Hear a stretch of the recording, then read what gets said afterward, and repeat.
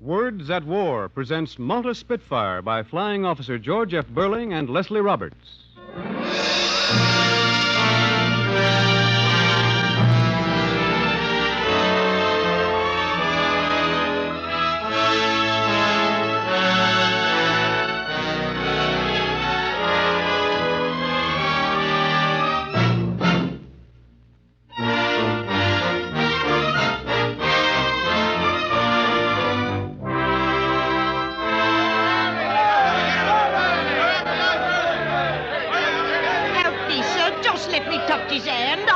Brother in Malta. Let me touch him. Here, where do you think you're going, lady? This way, sir. Quick, does it? Oh, he's going away. Here we are, sir. In we go. Now, driver, hop on it. Hey, you're all in one piece, aren't you, sir? I guess so, officer. Whew, they did rough you up a bit. Oh. Lucky they didn't tear your uniform to shreds. I was scared. I never did see such a public demonstration of affection. Well, you can't hardly blame them. They do love you, sir, for all you've done. Look, I'm shaking all over. That's the first time I've ever really been scared. Imagine you saying that, sir, after all you've been through. Shooting down them 28 planes over Malta and being shot down yourself and then being received here at Buckingham Palace. Listen, I'm not saying I wasn't scared over Malta, but this... I need something to steady my nerves. Officer, you wouldn't happen to know where I could get a good fistful of hot dogs?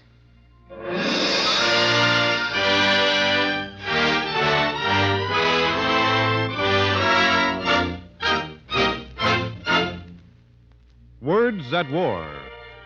The National Broadcasting Company, in cooperation with the Council on Books in Wartime, brings you another in its series of radio treatments of important books of this war. Tonight we hear the story of one of the greatest living fighter pilots, a 21-year-old boy, one of a handful who saved Malta in her time of peril. This is the story of Flying Officer George F. Beurling, as told by himself and Leslie Roberts in Malta Spitfire.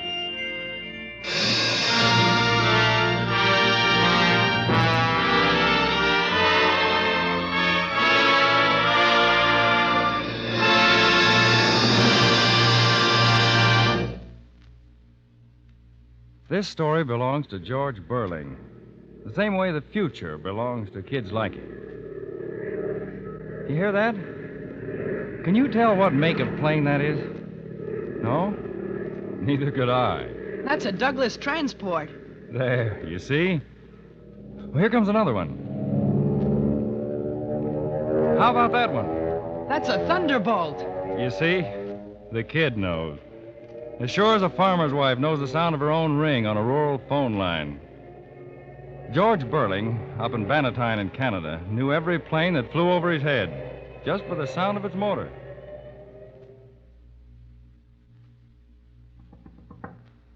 George? George, unlock this door. Do you hear? Just a minute, Mother. No, just a minute. You open this door. Yes, Mother? How did you have the door locked? Why, Don't you lie to me, George Beurling. Well, I was working on my model plane. I thought so. And you weren't in school today either, were you? Answer me. No, ma'am. But where were you?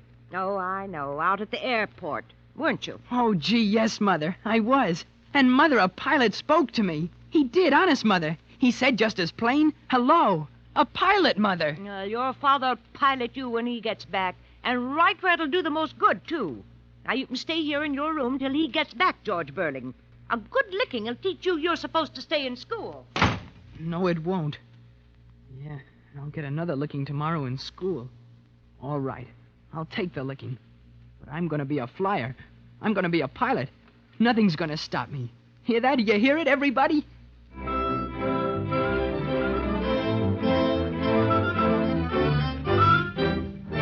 Sure, we hear it.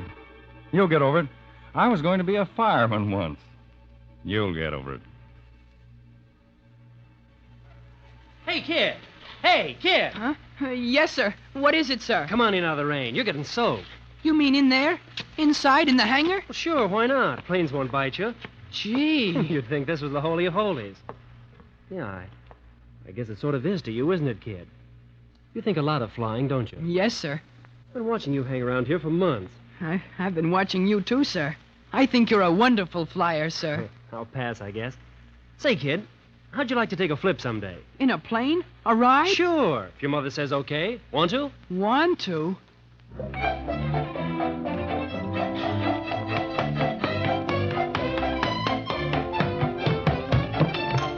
Mom! Mom! Hey, Mom! Mom! The pilot. He says he'll take me up. Can I go, Mom? Can I fly? Oh, sure you can fly. You can fly to the moon. I can go! Hooray! I can go! I can fly! Hooray! I can go! It was wonderful, Mom. I'm going to be a flyer. Georgie, I want you to be a doctor. And Dad wants me to be a commercial artist. My kid, it's the only life. Well, now, where would you ever get money to take flying lessons? I'll earn it. First, I'll sell papers and run errands. And when I'm older, I'll get a regular job. And believe me, I'll get one, too. George Beurling is older now, and he's got himself a job working in a radio plant. Salary, 28 cents an hour, room rent, $150 a week, food. $175 a week. I'll make out.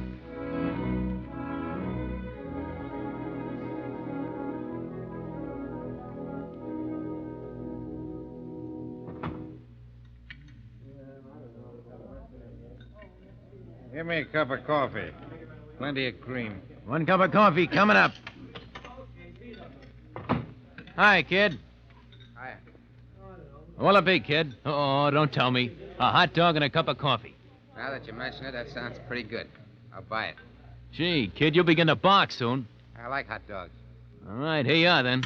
Thank you. Hey, mister, Yeah? you see that kid up at the end of the counter? Yeah. Skinny one? Sure. He's been eating in this diner every night for weeks. And it's never nothing but hot dog and coffee. Coffee and hot dog. Row in his stomach. Is he broke? No, he's got a job. Over to the radio plant. Now, why don't he eat right? Probably spends his money on the girls and having a good time. See you later. Hey, you certainly wolfed that down in a hurry. I guess so. I've got a date. See, what'd I tell you? Date. That's where his money goes. No ambition, the kids these days. Well, I don't suppose he even knows there's a war on over in China. Yeah, kids like him wouldn't be much help if that war was over here. I don't know. But I do. I know for sure. I know.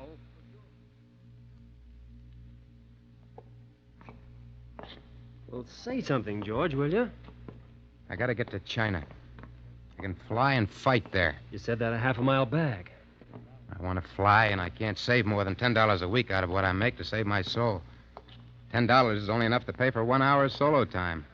At that rate, I'll be a graybeard by the time I get a license. It's quite a mouthful out of you. I tell you, I've got to... I know you told me. Get to China. Now, listen. I had a small brainwave a couple of minutes ago. You ever heard of a place called Gravenhurst up in Ontario? I don't want to talk geography. I gave all that up in school. Well, you keep still. Now, there's a guy up there who has a kind of freighting contract with the goldfields up north. By plane? Sure, by plane. He needs men. I was thinking, maybe you could trundle freight up there in exchange for solo time. Well, that is, till you get your license. Then you could... Hey, where you going? I'm on my way. But you haven't any dough, George. No, don't need it. I'll ride the rods. Yes, it belongs to kids like George. First, Gravenhurst, Ontario. In 6 weeks, a pilot's license. Then on to China, riding the rods again, westward for the Pacific coast of the USA, for a ship pointed for China and the war against the Japs.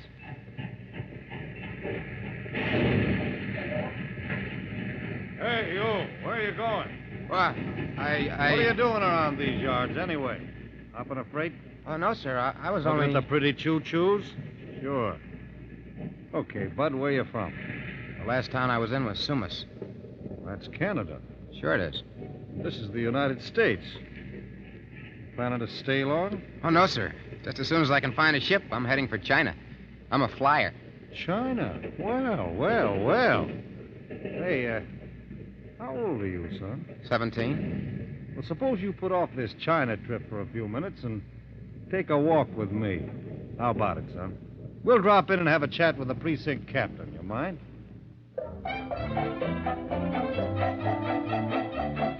Too bad. Deported back to Canada. All that way out and back for nothing. Too bad, George.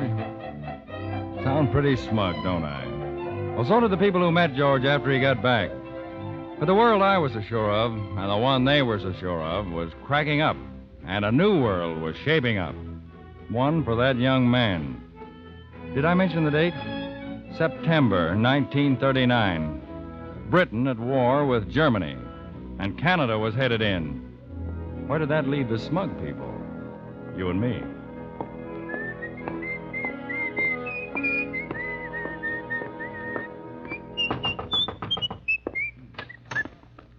Is this where I join the Royal Canadian Air Force? This is the recruiting office, yes. That's what I want. Well, what do I sign? Name's George Beurling, age 18, born in Canada. Now, here's my logbook to show how many hours I've had in the air. Is there anything else? Just tell me where to report. Now, just a moment, young man. We can leave the logbook till later. Oh, sure. I don't want you to think I'm boasting. It's just that I'm Schooling, anxious. please. Oh, I chucked that a long time ago, when I was 15. No college, then. No, sir, I didn't have time. Was something wrong? I'm afraid, Beurling, a cadet in the RCAF requires a college education. But I'm a flyer. That's what you're recruiting, isn't it, flyers? Now, look here, young man. You mean if I was a glass blower and had passed college algebra, I'd stand a chance? Hardly the way to put it. But the regulations Why don't you take your regulations? Now, young man. Dear, it does seem a shame. Poor old duffer. That officer didn't make the regulations. And the men who didn't know what makes a plane stay up any more than I do now. They learned, eventually, from kids like Beurling.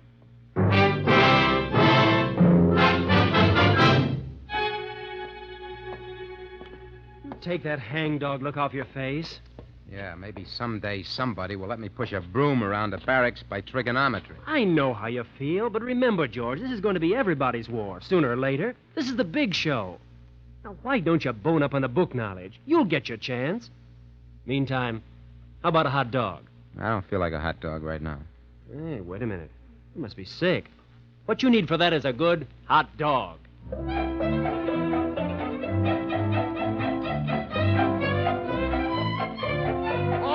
All right. So you're sick of book learning. You're sick of this. You're sick of that. Except one thing. I want to fly. I want to get over there where they're flying. All right. Why don't you go? That's a fine thing to say to me. Thought you were a friend of mine. I know you get tired of hearing... Okay, kid, okay. Maybe that wasn't the way to break it to you. But you can get over there. You can get into the RAF. How, are you crazy? By working your way over on one of the neutral freighters. They're begging for men. Can't get them. Maybe it was a bad way to break the good news to you.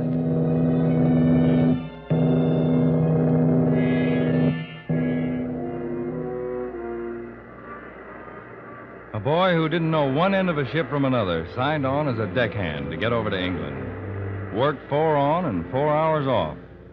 Through the marauding subpacks. And when he'd see a plane overhead, he'd think of the sea. This is not my element. It's not my element. Boy, I wish I was in that plane up there. No, it's not your element. But it'll get you there. To Liverpool, anyway. And you'll bum a pound of your wages off the captain before you jump ship. And on the dock, you'll meet a policeman. How you fix for flyers over here? By the look of things, we ruddy well need as ruddy many as we can ruddy well get. Seems to me I've landed in Great Ruddy Britain. Where do I find the air recruiting station? Well, you go out there and take the ruddy... That's my story, sir. Now, will you tell me the shortest way to get into the RAF? Splendid. Simple as pie now. Let's have a look at your papers. Oh, I haven't got any papers. I can send for my logbook. Oh, it's not the logbook that worries me, old chap. It's your birth certificate. Now, what about your birth certificate? I never saw one in my life. Too bad, old boy, too bad. Afraid I'll have to ask you to go back and get it. Oh, now, don't look so black, old chap. Where do you think the Beurlings live? Across the street? I came here from Canada. Oh, sorry to cause you all the trouble, old boy. Regulations, you know. Got to have a birth certificate. Don't blame me. Just the ruddy old regs. And if he didn't do it, worked his way back to Canada, across the Atlantic, and back again to Liverpool. With his birth certificate and his logbook. He plunks them down on the officer's desk in the middle of an air raid. There. Does that satisfy you? There's my ruddy birth certificate, and there's my ruddy logbook. Sorry, old chap. All this noise popping. Can't hear you. Oh, Beurling. Well. Took you quite a while to get those papers, old boy. Oh, now. Don't look so black. Ruddy regulations, you know. And now you'll have the privilege of wearing the motto of the RAF. Per ardua ad astra. I can't hear you. Per ardua ad astra. Latin, old boy, Latin. I don't know any Latin. Hey, do I have to know Latin? Eh? What does it mean? Well, I guess you could say it meant to the stars, the hard way. He made it. And that's just the beginning.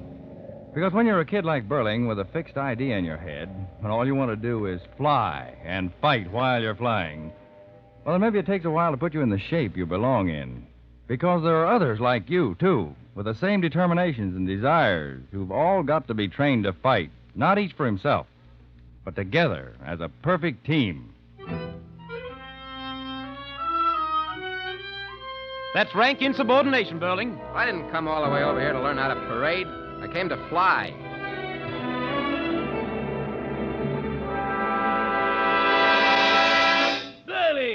Beurling! Well, what is it now? I don't mind telling you that was a pretty poor business up there today. I got Jerry, though, didn't I? Naturally. Pulling off from formation, any of us can be a hero. Part one for ourselves. Your job's to keep the tail of the plane ahead of you clear. And just be a sitting duck for any Nazi, sure. If you don't mind my saying so, pretty poor sportsmanship, Beurling. Good day. Beurling, you've been fighting with the sergeant. Well, why doesn't he cut out all these regulations and let us stick to our work? The fact remains, Beurling, the sergeant has a black eye. Oh, I'm sorry, sir. He must have run into a door. You know, there's a lot of doors around here who don't take to him, sir. Come in, Beurling. Sit down. Yes, sir. I'm going to recommend you for a commissioned rank. In spite of some difficulties, I think your officer material. No, thank you, sir. I'd better stay the way I am. I feel like a pilot, but not like an officer. Like a pilot, eh, do you? I hope I am, sir, a pilot.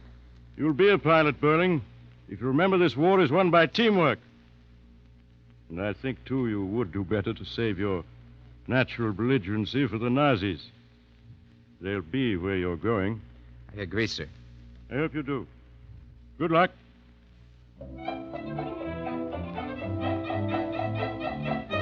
Where was he going? It's no secret now. He was going to Malta, where there were 250,000 prisoners. That's what the Axis called the people on Malta. But that bit of rock stuck like a pit in the craw of the Axis, preventing it from swallowing the whole of Africa. It's easy at this date now to forget that tiny, bomb-blasted piece of rock in the Mediterranean between Italy and Africa, and the handful of planes that defended it. But George Beurling won't forget it. The scrambles when ops announced. Enemy planes approaching. Scramble! Come on, fellas, we'll go again. And the mugs of coca that went flying out of the men's hands as they plunged out of the canteen. Chairs overturned, poker games interrupted, heading for their planes to rise over Malta to meet the superior numbers of the enemy and their bombers, relentlessly trying to blast Malta into submission. And in there, as part of the RAF team, George Beurling, getting his share of the enemy plane. 1, 2, 3, 4. Sometimes with just one burst of fire from his gun, so accurate was his aim. 5. Willie, I'll clean him off your tail for you. Are you all right? Will you watch it? Thanks, Herman. Do the same for you someday. For crying out loud, keep your eyes peeled. I can't see everything. Oh, be back later. You see, he's learned he's part of a team, not just George Beurling against a stubborn world that won't let him fly, but a part of the RAF against the fascists. But life in Malta was no setup.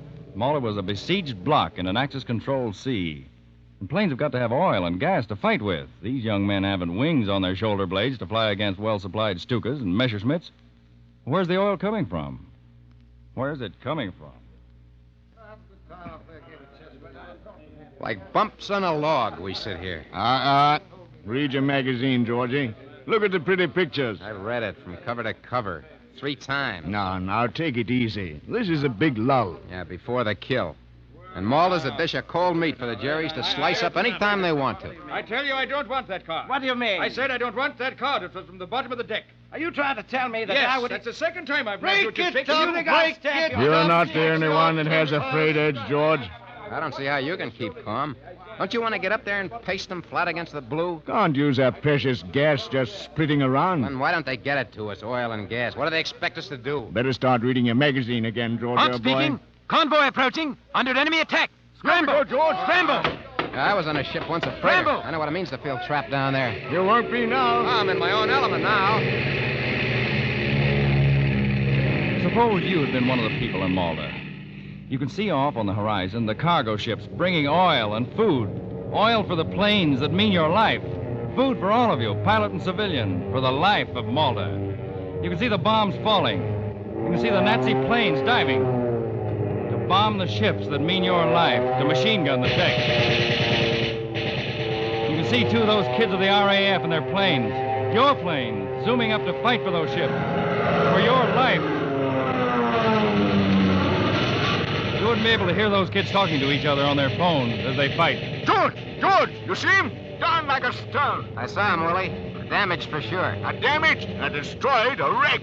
No trick to potting these Jerrys if you keep your wits about you. The fighters almost ask you to shoot them down. Yeah, but did you ever hear what happens to little boys who don't keep the tails of their planes clean of Jerry's? Ah, that from Beurling, the boy who gets his daily dust.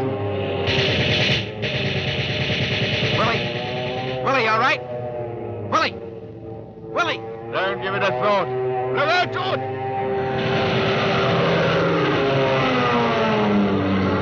Those ruddy messes. Think I'm a bone to pick apart. I got him. Right in the gas tank. Bit of advice, George, old boy. Keep your mind on your work. And don't try to take on a flock of 20. Leave some for the rest of us. Why, you ready?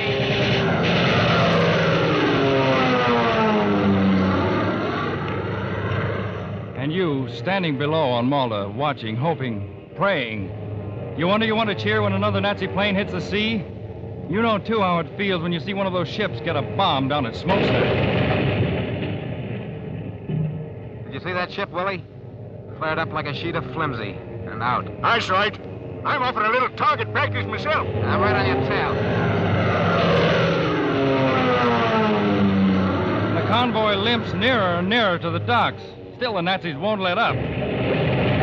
Sinking ship after ship, the oil in them, and the men. Will any of that battered convoy ever get in? Ever? It's got to. It's going to. Right in your Nazi belly. Right where it counts. Your work's over, Mr. Jerry. Go ahead, bail out while there's time. That's it. Go down there and wait to be fished out of the drink by the people you're trying to murder. But good luck to you, you Nazi, under your cloud of silk. Hey! That's one of your own men, you Messerschmitts! Willie! Yeah, George? You see what I did? Those guys machine gunning one of their own men in his parachute. I saw it, George. Maybe he thought it was one of us. As if he were a dummy. Look at him hanging there. Limp as a strung-up duck. Suppose that'd have been you, Willie. Or Tufty and or me. Just as you say, George. Could be. Now I know what I'm fighting. Now I know why I'm fighting. I hate them. I hate their way of life. I hate their hatred of life. My life, of Willie's, or the guys down there in Malta. Even their hatred of their own lives. All right, I'll fight them. I'll fight them till I can't fight anymore. From now on out, it's me or them. George! On your tail! Look out!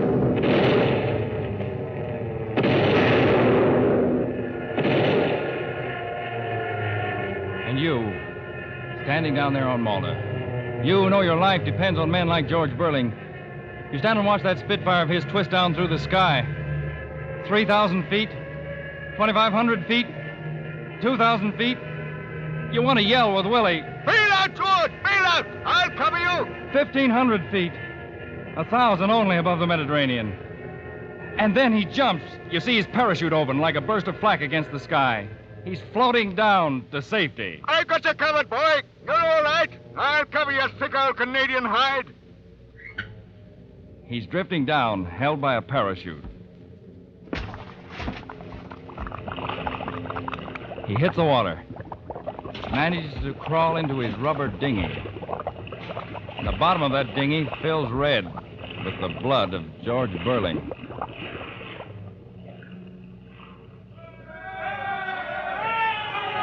You know who to cheer the most now as the remaining ships of the convoy pull safely into the dock at Malta?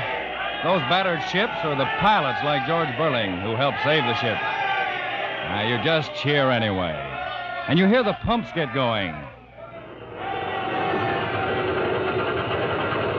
Sucking the oil out of the holds of those ships so those RAF planes can keep Malta still safe for the United Nations. But George Beurling has chunks of cannon shell in his ribs, his elbow, his heel, and his left leg.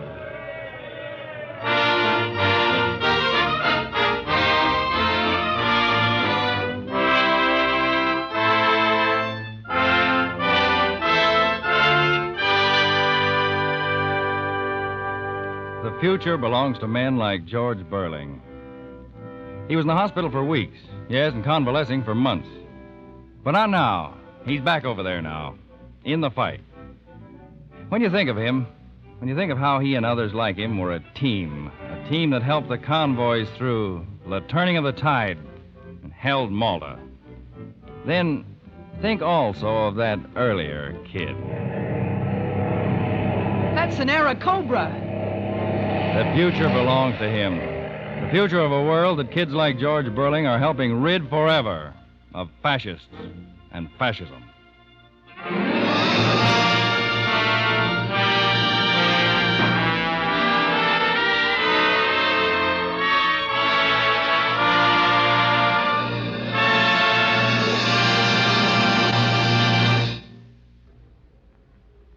You have heard the 10th program of Words at War, a series based on the leading war books.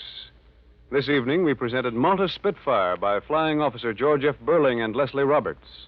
The adaptation was by Kenneth White. Next week, listen to Words at War at our new time, Thursday evening, 11:30 p.m. Eastern War Time, over most of these stations. You'll hear Burma Surgeon by Dr. Gordon S. Seagrave. In our play tonight, Don McLaughlin was the narrator.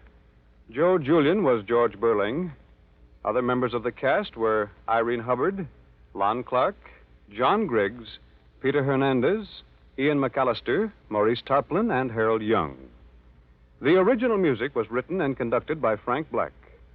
The production was under the direction of Joseph Losey.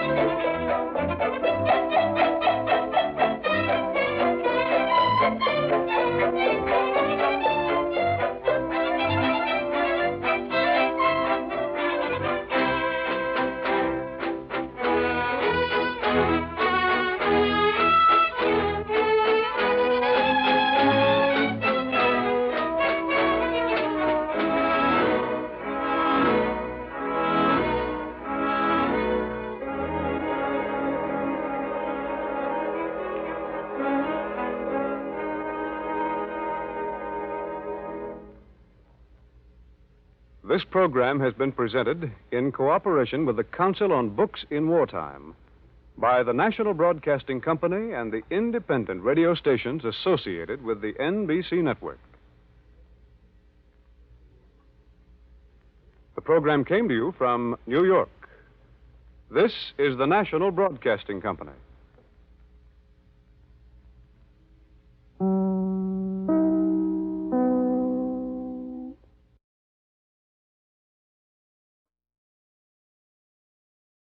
My name is Jackson Beck, and tonight on the Words at War program, I will play the part of Fred Herman, able seaman, who wrote a book called Dynamite Cargo. Most of what you'll hear was written as notes aboard the British cruiser Scylla in the Arctic Ocean.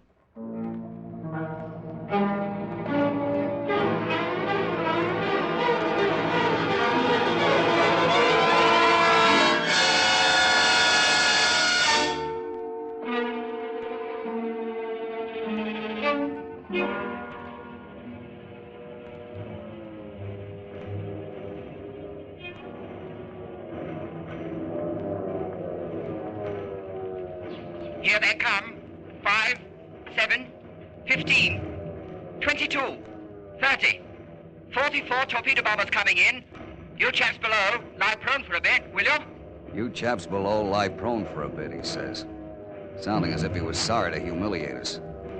Well, we chaps below are lying prone and feeling no humiliation. Scotty, the old man, the Cape Verde Negroes, the salesmen, the Russian women, and the rest. All of us crouched down like Muslims at prayer. And I'll bet there's a lot of prayers being said, too. People certainly pray when they're as helpless as we are now.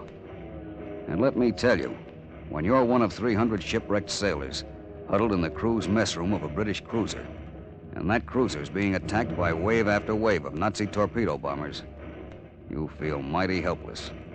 Especially when some cheerful young twerp up on the bridge is treating you to a play-by-play description of the attack over the loudspeaker. I wonder what'll happen if we're hit. How'll we ever get out of this place? The others are wondering, too. They're all panicky. The only one who doesn't seem scared is the Russian girl. They've passed. I think I ought to caution you. Here comes another chap heading in for us now. Seems rather determined. Steady now, all of you. Hold hard. It was more of a sensation than a sound. The deck under us seemed to reel and lift. The lights went out. Someone screamed a vile, ugly curse. Little close for comfort, that one. But a miss is as good as a mile, they say. This British nonchalance. Gosh, I wish she could speak English, or I could speak Russian. You chaps all right? Don't pay any special attention if the lights go out. The electricians will rig up something. Now steady once again, because here comes another fellow. But no, our anti-aircraft got that one. I think you might try to relax now, chaps. Probably won't have another attack for 3 or 4 minutes. My hands are clammy. I'm scared. At least I was, till just now when I looked in the direction where that Russian girl is. Now I'm not scared anymore. She's beautiful. Yeah, and something more. I wish I could talk to her. Ask her to read these notes I'm making. Tell her the story of how I, Fred Herman, happened to be huddled here aboard a British cruiser, having the bejeepers bombed out of me and looking at a girl I can't see in the dark. Yeah, I think she might be interested in hearing it. She looks like the sympathetic sort.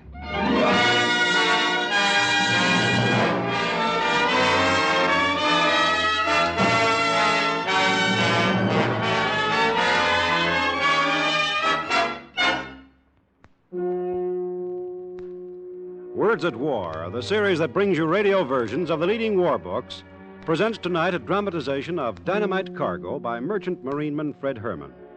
A story not of little heroic tin gods, but of ordinary human men who daily risk their lives, and sometimes lose them, along the submarine alley of the Murmansk Run.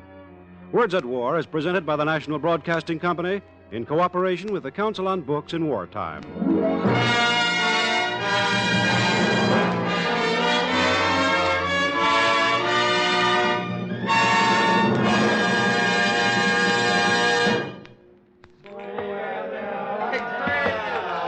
Yes, I can talk straight now. But I couldn't that night in the Jersey City bar. I could sing, though. Not good, but loud.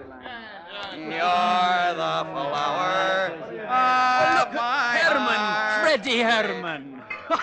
Scotty, well, I'll be a... How are you, Scotty? Glad to see you. What are you doing, Freddie, my lad? Celebrating? That's exactly it, Scotty. I've been on the beach for a week. Was on a shore run for a year.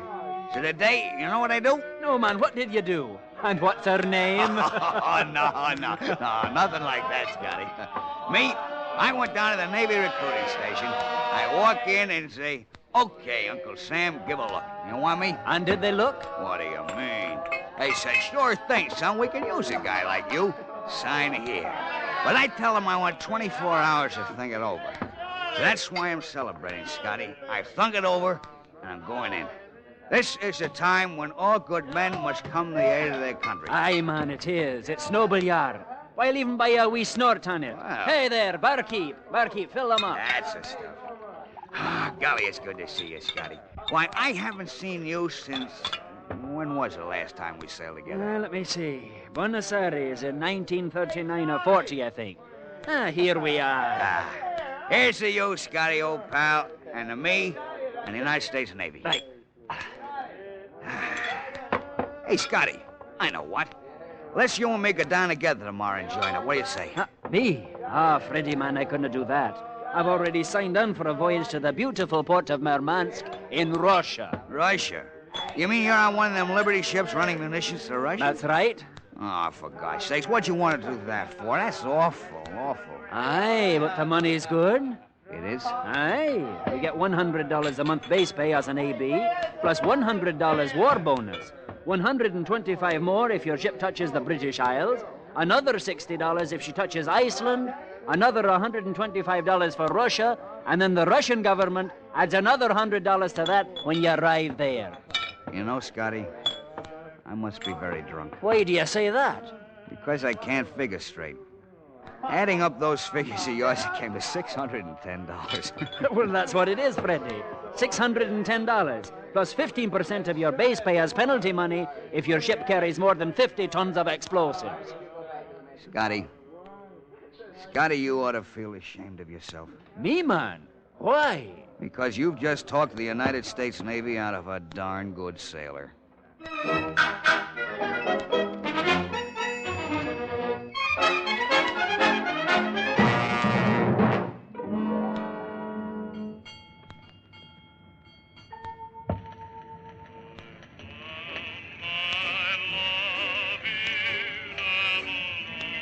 And so, with Scotty, I sailed aboard the SS Jason, a new 10,000-tonner loaded to the decks with dynamite, and with tanks and trucks tied down on the decks themselves. A very interesting cargo, as any Nazi submarine commander will tell you. We had an interesting crew, too. There was Scotty and the old man who'd come out of retirement on a Texas ranch to skipper a Liberty ship along Submarine Alley. There was Ensign Hawley of the Naval Armed Guard, a devout divinity student with a naval commission. There was Swanson, the soda jerk, who was one of Hawley's crew. There was the salesman, the professional agitator, who was agin everything. And there was Little Willie, who came from Texas and had a terrific yen for a song called Avalon.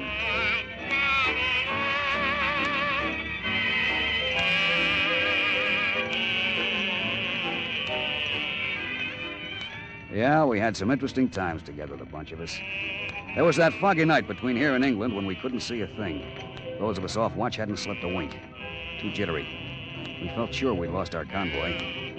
I was trying to read Sandberg's Life of Lincoln, and I had to sit and suffer while Willie's record moaned about Avalon.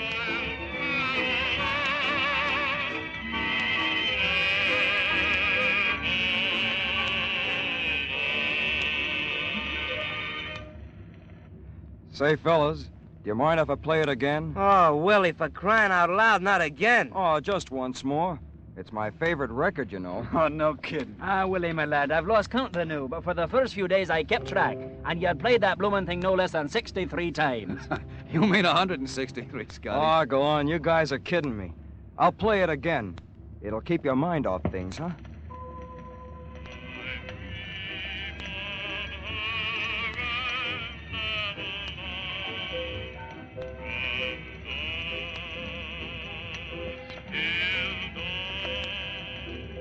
Are you playing that blasted thing again? Huh? Oh. Oh, lay off the kid, salesman. Mind your own business, Herman. I'm fed up with that record and you and everything aboard this lousy ship. What's eating you, the new salesman? What are you trying to do, be funny? I just come back from taking a look. The fog's lifting, there ain't a sign of a ship. The old man's lost the convoy. Oh, don't overwork your upper plate. Dawn will soon be here, and we'll find the convoy again. Yeah. The old man don't know a thing about navigation, I tell you, and the Nazi subs will be around any minute. It's the old man's fault. Why didn't the stupid old fool stay on his Texas ranch? Now, he hears about the easy money and he comes a-running. Why are you at sea, salesman? Because it's my patriotic duty, see? My. Isn't the salesman idealistic, though? He don't even want the dough. Lay off the wise stuff, you think, and go back to your capitalist reading. Capitalist reading? You dope. This is Sandberg's Life of Lincoln. So what? Lincoln started the Civil War, didn't he? I'll tip you off, Herman. What was the Civil War fought for anyway, do you know? It was to make more dough for Rockefeller and Morgan. Why, you lug. Those guys had just about given up wearing three-cornered pants when the Civil War was fought. Go on. You're probably in their pay, you think. I'm wise to you. And I'm wise to you, you flat-mug sourpuss. You're just a boss fighter, a cop fighter, a captain and mates fighter, a mess boy fighter. You're just scum. It's guys like you who take control of honest unions, of honest men, and make trouble for them. Why, Don't you hit me, Herman. Don't worry, yellow belly. It's only his size that's saving you. Now get out of here. You know what I think? I think the old man probably feels worse about getting lost from the convoy than we do. No skipper likes to lose a convoy. I agree with you there. You mind your own business, punk. We'll see how smart you are tomorrow morning when the subs show up. Stupid bunch of...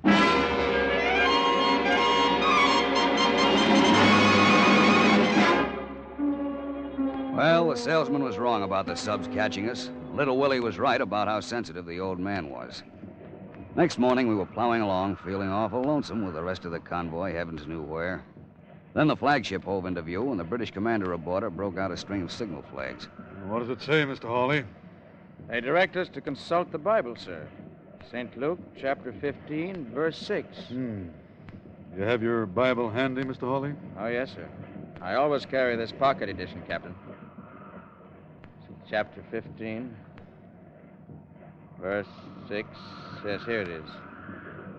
And when he cometh home, he calleth together his friends and neighbors, saying unto them, Rejoice with me, for I have found my sheep which was lost. The old man didn't say a word. He didn't need to. We could see the bits of broken pride falling from his eyes. But he didn't get us lost again, and 2 weeks later we made our landfall in the British Isles.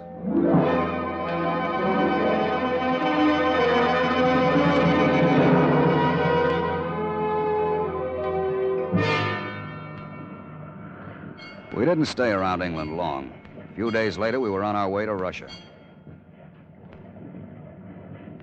Okay, Nick, I'll take over. You ain't a minute too soon, brother. I'm frozen. Passing on an order to you. The old man says for the guy in the bow, starboard side, to stay close to that gun man by young Swanson, a soda jake. You know, ready to move in just in case. I get it. Thinks the kid's a jerk instead of a soda jerk. Maybe. Can you handle a 20-millimeter gun? What do you think I've been doing when Hawley's been practicing up his gang? Keeping my eyes shut? Well, you better keep 'em open for the next 4 hours, brother. We'll be getting ours any day now. So long. We'll be getting ours any day now. That's what we'd been saying ever since leaving England, joining what was undoubtedly the biggest convoy in history. We'll be getting ours any day now.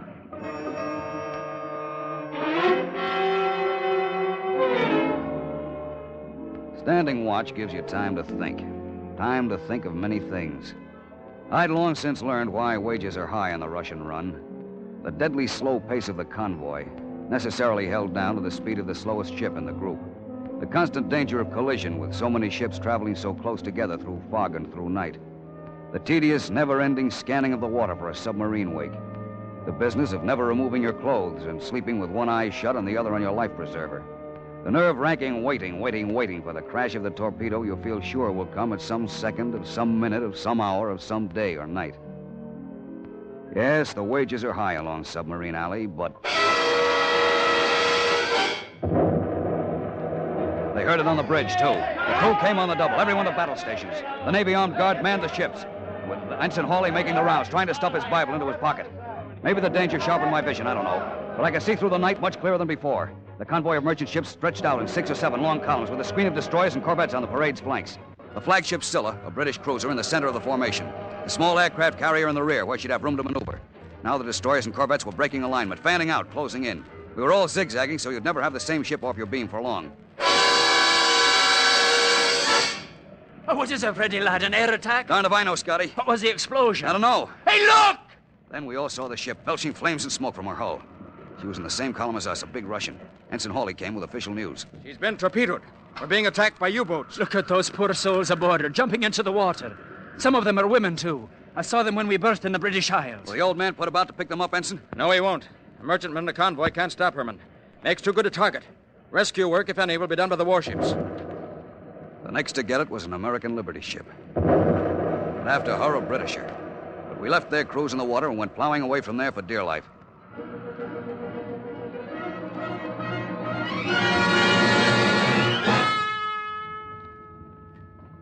We were sitting down below. It was towards morning some days later. Every night there'd been repeated submarine attacks. We knew our turn was soon coming, for in a matter of hours we'd be in range of German land-based planes. So we sat there, smoking or drinking cold coffee. We weren't talking. We were jittery, on edge. Little Willie started the phonograph. His favorite song. No one paid any attention at first. Then suddenly the salesman jumped up. Didn't I tell you never to play that blasted thing again, you punk? I'll show you. You punk! You punk! You punk! You punk! You punk! You stupid little punk! It was over as quick as that. Willie looked at the pieces of Avalon on the deck, gave his trousers a hitch, then went out. I don't know why one of us didn't brain the salesman. I followed the kid. I found him looking at something which he tried to hide when he saw me coming. Then he showed it to me. What do you think of her, Fred? Nice-looking babe. He grinned and turned pink. She was a nice-looking babe. She was probably about 19, and she'd got herself dressed like a turkey for the roasting to have the picture taken. She wasn't what you'd call a babe, though. She had nice eyes. Her expression made me feel kind of homesick. I met her in Texas. Look, here's a bunch of letters she's written me. Well, that's nice, Willie. But you should have them tied up in blue ribbon. Oh, gosh, I don't think that'd be right, would it? Anyway, I ain't got no ribbon, so this cord'll have to do. Does she know you're on your way to Russia? No, I didn't tell her that. But I figure when I get back, I'll take a train down to Texas and see her. I guess she'll be surprised at all the dough I've made. Maybe we'll get married. What's her name, kid? Rosalind. Rosalind? Say, I'm awful sorry about the record, Willie. Yeah, that's all right. It was my favorite, though, on account of her. You see, Rosalind works in Galveston, in a coffee pot called the Avalon.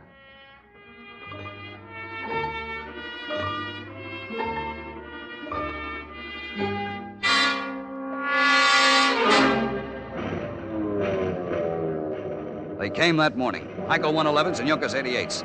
They did what our old-timers knew they'd do, high-level bombing first.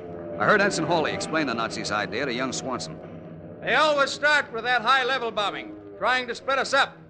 It's their hope to scare some of the cargo ships out of the convoy formation and then run them down later. You all right, Swanson? Huh? Oh, yes, sir. Yes, sir. Good boy. Trust in God and do your job. They'll try dive bombing soon. Hawley was right. They broke out of the overcast, 100 Heikels fanning out across the convoy, but only 2 of them interested us. One following the other, they came plummeting down out of their dives, heading straight for the Jason. Swanson opened up with his 20mm. I watched him. His childlike face had the look of a zombie in a Boris Karloff movie. He was too young for the part. That's what made it horrible. The second plane came screaming down, and Swanson sent a stream of fire into its belly, chewing it apart. It flopped and crashed into the sea. But Swanson kept on firing, his gun pointed at the empty sky. Cut it, Swanson! Cut Hawley it! came running. Cut it! Cut it! You're wasting ammunition! But Swanson paid no attention. His hands were frozen to the gun's action, and he hung there, bucking up and down with the gun's recoil. The preacher grabbed his hands and yanked them loose. Unstrap him, Herman. He's gone off his head. Yes, sir. Leave me alone! Leave me at them! I got one of them! Did you see? I got one of them! Leave me alone! The kid was fighting crazy, but we dragged him loose, and I slipped into his harness while the ensign got him out of the turret.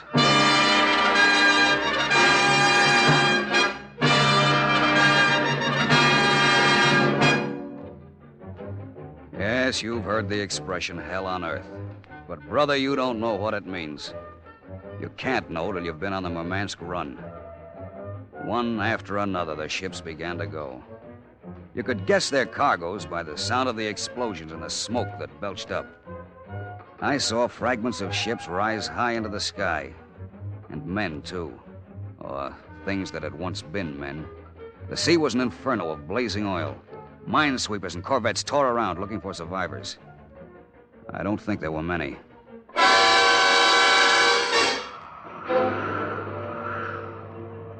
Another Heinkel came tearing in at the Jason. It was so close I could see the pilot's grinning face. I aimed that gun right for his nose and let him have it. I'm sure I saw the blood begin to spout, but he kept right on grinning as he swooped over us and crashed into the sea. Then I did what Swanson had done. I kept on firing after him. That'll do, Herman. He's down. Down? Down? Out of the way, Hawley. I'll send that guy to Kingdom Come. He's a dirty, murdering Nazi. Stop it. Stop it. Don't waste ammunition. Besides, it's not ours to judge and dispose. God disposes. Listen, preacher. You expect to get back from this trip alive? That will be as God wills it. Well, brother, you'd better pray that God wills for me to get this guy coming in at us. Get away from me, Hawley. You make me nervous. And that's when we got it.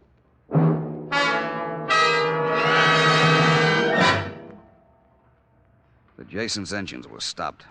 Our lighting and communication system knocked out. Water was pouring in from the wound in his side.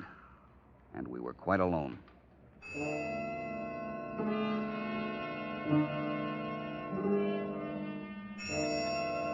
Throughout the night, the Black Gang labored to fix the engines. No soap. As the first streaks of dawn came over the horizon, the old man announced simply, Well, she's a crippled duck. We can't move. Make ready to abandon ship.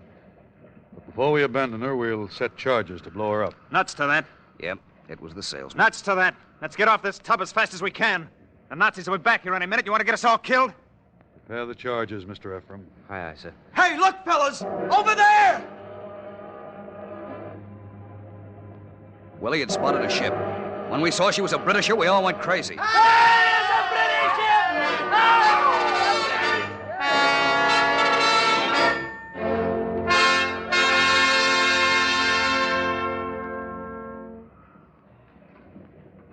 Lower your boats, Jason. But please, hurry. This is dangerous territory. Hurry. I'll say we hurried. The salesman was in such a heck of a hurry to get off that he fouled up the lines on the davits where our boat hung. We couldn't get it down. Take it easy, salesman. Take it easy now. Easy does it. Easy, yeah? Well, why in places don't you do it then? Sure, man, I'll do it. Now let me at it. Look at the old man. He's away already. Come on back here, you old coward. Don't you know you're supposed to be the last one off of this ship? Cut it, salesman. If it hadn't been for your clumsiness, we'd be away now with the other boats. Hey, look, fellas! A plane! A Heinkel! He's diving in on us! Come back, Willie! Duck behind the bridge! Duck, you idiot! Duck! Duck nothing! I'll get that lousy! Take that, you dirty rotten son of a Nazi! Take that! Aye!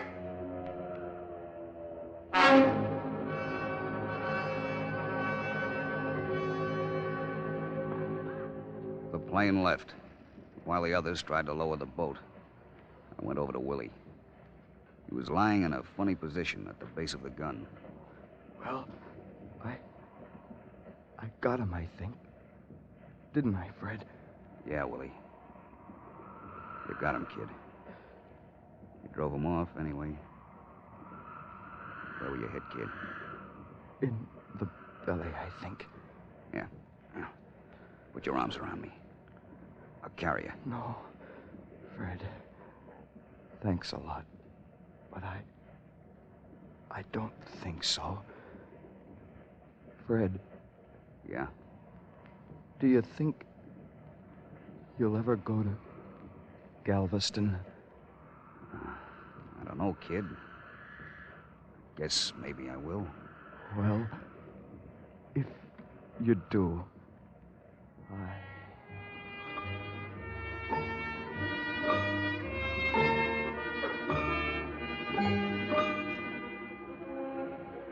A rivulet of blood was coming out of his mouth and starting to freeze. He laid his head back against the gun base and closed his eyes. I pulled Willie's rubber suit up around him as a sort of a shroud. While I was fumbling around, I came across Rosalind's picture and the bundle of her letters.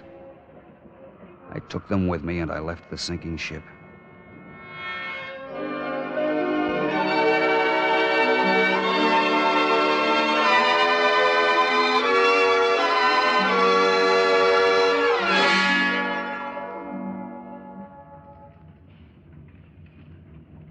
Well, we've driven off another bunch of the blighters. That makes 87 attacks in 3 days. Another few days and we'll be in Russia, so don't worry too much, chaps. Oh, I say, you chaps down below. I've just been challenged to a game of drafts by one of my senior officers. Checkers, the Americans call it. He's a bit of an expert at the game. Well, I'm afraid I'm rather a dub. What ho, I'll take him on. If you like, we'll have a steward bring in a large draft board with numbered men and squares, and as we make the moves up here, I'll call them off to you so that you may follow the game. How'd you like that? Might take your minds off things a bit, you know. Shall we do it? Very well. We'll be ready to begin in a few minutes. Meanwhile, cheerio. Well, if that don't take the cake. Next time I hear the phrase British nonchalance, I'll know what it means. We've been aboard the cruiser Scylla for 3 days now. 300 of us shipwrecked sailors. Torpedo victims. The Cape Verde Negroes, the salesman, the old man, Ensign Hawley and his crew, the Russian women, Canadians, Gloucester fishermen, Britishers from Severn and from Clyde. And we put up with 3 days of the most hellish bombing you can imagine. We're scared stiff, all of us. All of us except the beautiful Russian girl lying next to me. But we can't do a thing about it except lie here and take it. Yeah, we'll take it all right. And I know that if we get out of it all right, we'll be back to take it again. And not just for the money, either. I know that now. These 300 human beings are not clutching desperately at the edge of eternity for money. Watching them, you know there's something bigger, more important, egging them on. Something so terrific that it'll drive them out to sea again and again and again, German torpedoes or no. Maybe I'll finish these notes when I get to Russia. If I get to Russia. I hope I do, because... Gee, she's beautiful. Guess I'll offer her a cigarette. She took it and smiled. Well, at last the ice is broken. It's at least 3 days from here to Murmansk. Who can tell? Maybe my little story will have a happy ending after all.